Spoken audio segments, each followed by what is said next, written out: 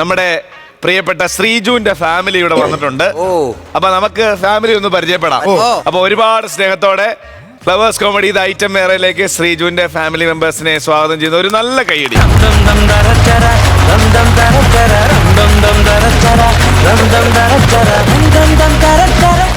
അപ്പൊ ഇതാണ് ശ്രീജുവിന്റെ ഫാമിലി. ഒരു വലിയ കൈയടി. ശ്രീനു തന്നെ ഒന്ന് പരിചയപ്പെടുത്തുക എന്തൊക്കെയാണെന്നുള്ളത്. ഇത് അമ്മ അംബികാദേവി, അച്ഛൻ വിജയമോഹനൻ, ഭാര്യ അനുലക്ഷ്മി, സഹോദരി ശ്രീജയ, ഇത് സഹോദരിയുടെ മോൻ കുഞ്ഞുണ്ണി നമ്മൾ വിളിക്കും, ധനുർവേദ്. ഞങ്ങള് വിശേഷങ്ങളൊക്കെ ചോദിക്കാം അല്ലേ?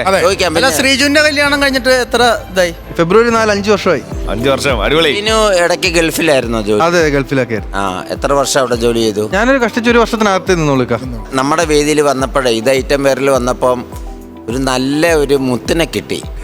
ശ്രീജു എന്ന് പറയുന്ന ഒരാളെ, നല്ല കലയുള്ള ഒരാള്, നല്ലൊരു സ്റ്റാർ ആകാനുള്ള കാലിബർ ഉള്ള ഒരു ആർട്ടിസ്റ്റാണ് ശ്രീ.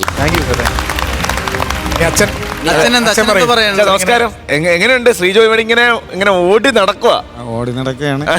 അനുഭവങ്ങളെല്ലാം ശ്രീജു തന്നെ എല്ലാ കാര്യങ്ങളും തുറന്നു പറഞ്ഞു. അതെ. അപ്പം ദുഃഖത്തിൽ നിന്നും ഭഗവാൻ ഈ ഫ്ലോറിലെത്തിച്ച് അച്ഛൻ എന്തായിരുന്നു ജോലി? ഞാൻ പ്രിന്റിംഗ് ആയിരുന്നു. പ്രിന്റിംഗ്. ഇപ്പൊ പ്രിന്റിംഗ് എല്ലാം മതിയാക്കിയതിന് ശേഷം അറ്റാക്ക് ആയിരുന്നു എനിക്ക്.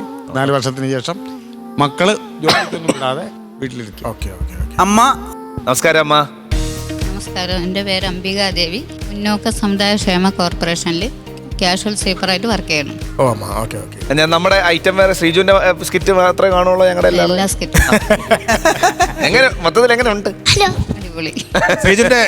ശ്രീജുവിന്റെ കോമഡികളൊക്കെ നേരത്തെ പോലെ ഇഷ്ടമായിരുന്നോ? അതോ ഞാൻ കൊച്ചു ക്ലാസ്സിൽ പഠിക്കുമ്പോൾ തൊട്ട് അച്ഛനെ അനുകരിക്കുമായിരുന്നു. അന്ന് ഞാൻ വഴക്ക് പറയും, കളിയാക്കണം എന്ന് പറഞ്ഞു. പക്ഷെ ഇത്രയും വലിയ നിലയിലെത്തുമെന്ന് ഞാൻ പ്രതീക്ഷിച്ചില്ലായിരുന്നു.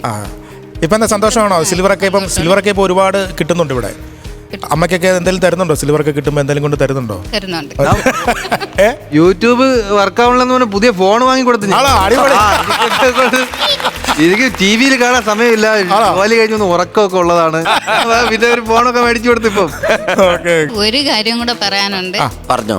ഞാൻ വർക്ക് ചെയ്യുന്ന മുന്നോക്ക സമുദായ ക്ഷേമ കോർപ്പറേഷനിലെ എല്ലാ സ്റ്റാഫുകൾക്കും ഒരു ഹായ് പറയണം. പിന്നെ മോന്റെ കൂടെ പഠിച്ചൊരു കുട്ടിയുണ്ട്, നല്ല കൂട്ടാണ് ഞാനുമായിട്ട്. ആ കുട്ടിയുടെ പേര് രേഷ്മ എന്നാണ്. അത് ജർമ്മനിയിലെ നഴ്സാണ്. അതിനൊരു ഹായ് പറയണം. ഇപ്പൊ സമുന്നതി ഓഫീസിൽ, അതായത് ഞങ്ങളുടെ ശ്രീജുവിന്റെ അമ്മ വർക്ക് ചെയ്യുന്ന സമുന്നതി ഓഫീസിലെ എല്ലാ സ്റ്റാഫുകൾക്കും ഞങ്ങളുടെ 4 പേരുടെയും ഹൃദയം നിറഞ്ഞ ആശംസകൾ നേരുന്നു. ഒപ്പം ശ്രീജുവിന്റെ കൂടെ പഠിച്ച ജർമ്മനിയുള്ള രേഷ്മയ്ക്കും പ്രത്യേകമായിട്ടുള്ള നന്ദി, ആശംസകൾ. ഹാപ്പി അല്ലമ്മ? ഇനിയിപ്പോ ശ്രീജുവിന്റെ വൈഫിലേക്ക്. ഹലോ, പറയൂ. അനു പറയടാ. അനു, എങ്ങനെയാണ് നിങ്ങൾ കണ്ടുമുട്ടിയത്? പ്രേമിച്ചുള്ള കല്യാണമായിരുന്നോ? അനു വെട്ടി തുറന്ന് പറഞ്ഞു. ഇല്ലെങ്കിൽ പറയൂ അനു. മൈക്ക് കുറച്ച് അടുപ്പിച്ചു, ഒരെണ്ണം പോലും പുറത്തു പോകും. അതെ, ഞാൻ ഇവിടെ ഒരു കഥ പറഞ്ഞിട്ടുണ്ട്, അതേ പറയാം. കഥയായിട്ട് മാച്ച് ആവുമെന്ന് നോക്കണം. അതെ. നീ ഇന്നലെ വന്നല്ലടാ, പ്ലാൻ എല്ലാം പൊളിഞ്ഞിട്ടുണ്ട്. ഒരുപാട് സന്തോഷമുണ്ട്. അതല്ല സന്തോഷമൊക്കെ ഞങ്ങൾക്ക്. പ്രണയമായിരുന്നോ? അതെ. അങ്ങനെ പ്രണയ വിവാഹം എന്ന് പറയാൻ പറ്റില്ല, അറേഞ്ച്ഡ് മാരേജ് ആയിരുന്നു. അങ്ങനെയും പറയാൻ പറ്റില്ല. പൊളിച്ചോട്ടം. ഞങ്ങൾ ഒരുമിച്ചൊരു ഷോർട്ട് ഫിലിമിൽ അഭിനയിച്ചിട്ടുണ്ടായിരുന്നു. അപ്പൊ അങ്ങനെ കണ്ട് അവിടുന്ന് തുടങ്ങി. കലാകാരിയാണല്ലേ? ചെറുതായിട്ട്. നല്ല ആർട്ടിസ്റ്റാണ് അനു നാടകത്തിൽ അഭിനയിച്ചോണ്ടിരിക്കുന്ന ഒരു ആർട്ടിസ്റ്റാണ്. കരുനാഗപ്പള്ളിയിലാണ് നിങ്ങളുടെ വീടല്ലേ? ഞാൻ പറഞ്ഞില്ലേ സീരിയൽ അഭിനയിച്ചിട്ട്. സീരിയൽ ചെയ്തിട്ടുണ്ടോ? സീരിയൽ ചെയ്തോണ്ടിരിക്കുന്നല്ലേ? ഇത് സിസ്റ്റർ അല്ലേ? ശ്രീജുവിന്റെ സിസ്റ്റർ. എന്താണ്? ശ്രീജയ. എന്ത് ചെയ്യണ്?